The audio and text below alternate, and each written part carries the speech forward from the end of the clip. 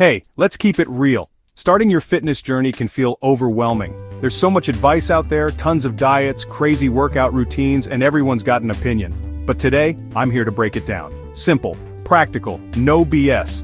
This is your beginner's guide to fitness and food. First, fitness. You don't need fancy equipment or a gym membership to get started. All you need is commitment. For the first week, try moving your body for just 20 minutes a day. That can be brisk walking, a quick jog, or even dancing in your living room. The point is to build a habit, not to burn out. Now, as you get comfortable, mix in some basic bodyweight exercises. Push-ups, squats, planks, 3 sets of each, just a few reps to start. Remember, form is everything, don't rush. If you're unsure, check out beginner tutorials online.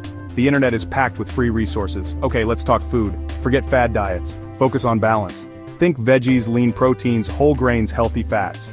You don't have to cut out your favorite foods. Just make smarter choices most of the time. Here's a super simple meal plan you can actually stick with. Breakfast, scrambled eggs with spinach.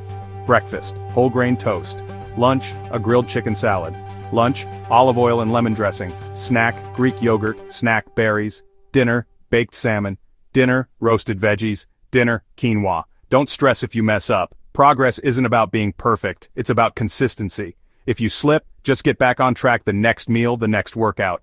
And hydration, yeah, it matters. Now here's the secret sauce. Track your progress. Take notes on how you feel, what you're eating, and your workouts. One step at a time. Lace up, fuel up, start today. You got this.